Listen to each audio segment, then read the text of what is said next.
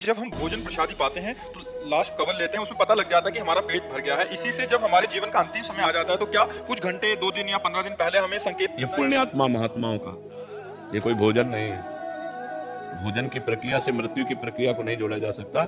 अंतिम समय उनको पता चलता है जो महात्मा होते हैं, निरंतर भजन करते रहते हैं, उनको संकेत हो जाता है कि अब हमारा आज शरीर पूरा हो जाएगा। जिसे पूज्य पाद उड़िया बाबा जी महाराज वो सुबह सुबह उठे और कहा भाई आज यहाँ स्मशान होगा। कोई समझ ही नहीं पा रहा था कि मतलब क्या, और बस जाकर के प्रवचन किया 2 श्लोकों का कि जिसका जन्म निश्चित है उसकी मृत्यु निश्चित है, आत्मा का ना जन्म है ना मृत्यु है। तो कोई समझ नहीं पा रहा था कि मतलब क्या है इन श्लोकों का। और बस सत्संग में बैठे आनंद ब्रह्मचारी प्रभुदत्त ब्रह्मचारी की भागवती कथा कह रहे थे। बाबा ऐसे शांत बैठे थे, इतने में वहीं आश्रम में रहने वाला एक भगवान दास नाम था, वो आया और उसने कहा लाओ मैं मोरछल करता हूँ। मना कर दिया कि नहीं तुम्हें नहीं देंगे, क्योंकि मोरछल के लिए पर्सनल जन होते हैं। अब वो गया और गड़ासा जिससे चारा काटा जाता है वो गड़ासा छुपा के ऐसे लाया और बाबा के ऐसे 6 इंच गड़ासा घुस गए, ऐसे 4-5 गड़ासे जोर से मारे। खुली चांद बाबा की, तो ऐसे फव्वारे जैसे उड़ते हैं, ऐसे खून के फव्वारे उड़े। बाबा ओम, बाबा को सुबह पता था कि आज ये घटना होने वाली है। तो जो सिद्ध महापुरुष होते हैं, जो पवित्र आत्मा होते हैं, उनको संकेत हो जाता है कि उनकी मृत्यु का अब इतना समय रह गया है। सबको नहीं होता, सबको नहीं। नाचते नाचते लोग नहीं मर जाते, देखो ना, खाते खाते मर जाते।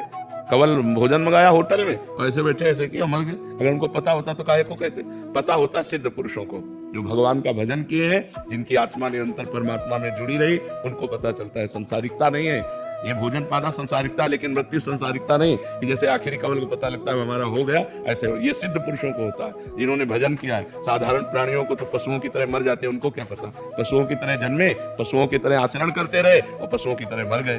जो मनुष्य रूप में जन्मे और भजन करके भगवान के चिंतन में पूरा जीवन व्यतीत किया, ऐसे सिद्ध महापुरुषों को अंतिम निर्णय आ जाता है कि आपका 1 घंटे में 2 घंटे में शरीर पूरा होने वाला है। जैसे यहाँ राधा टीला है ना, राधा टीला के महंत जी थे, तो उनको खून की उल्टी हुई तो रामकृष्ण मिशन ले गए। तो रामकृष्ण मिशन में वो कहा कि यहाँ तो ठीक नहीं होंगे, आगरा ले जाना पड़ेगा। उनका हम वृंदावन से बाहर नहीं जाएंगे। आए, रात अपने यहाँ कुटिया में व्यतीत की। तो एक जल्दी करो, जल्दी ठाकुर जी को स्नान कराओ, जल्दी ठाकुर जी को भोग लगाओ और प्रसाद लाओ, चरणामृत लाओ और सब बैठो। कुंज बिहारी से हरदास, कुंज बिहारी से। उनको सुबह पता हो गया कि आज मेरा शरीर छूटेगा। तो पहले सब पूरी, जैसे भाई जी से हनुमान प्रसाद पोद्दार जी, सबको बुलाया, सबको बुला के कहा हमसे जो कोई मन वचन कर्म से गलती हुई हो सब क्षमा करना।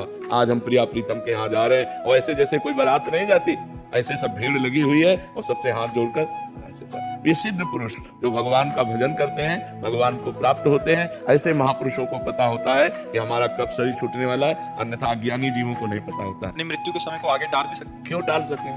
क्योंकि जोई जोई प्यारो करे सोई मोहि भावे। वो अपनी इच्छा रहित महापुरुष है। इच्छा रहित महापुरुष क्यों इच्छा करेंगे?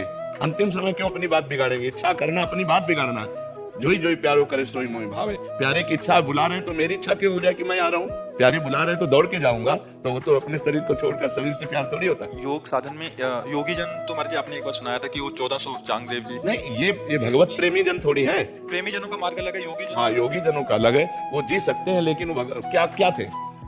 सिंह पर सवार हुए, सांप की चाबुक ली, लेकिन ज्ञानदेव जी के सामने क्या थे? बालक थे, कोरे बालक थे, कुछ नहीं। 1400 वर्ष जी गए, लेकिन उनके अंदर कोई भी भागवतिकता तो नहीं थी।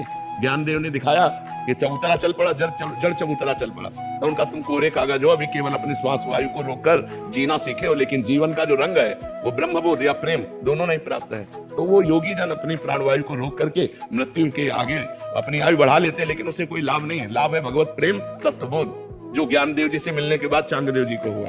भक्ति मार्ग में ये भक्ति मार्ग में जोई जोई प्यारो करे।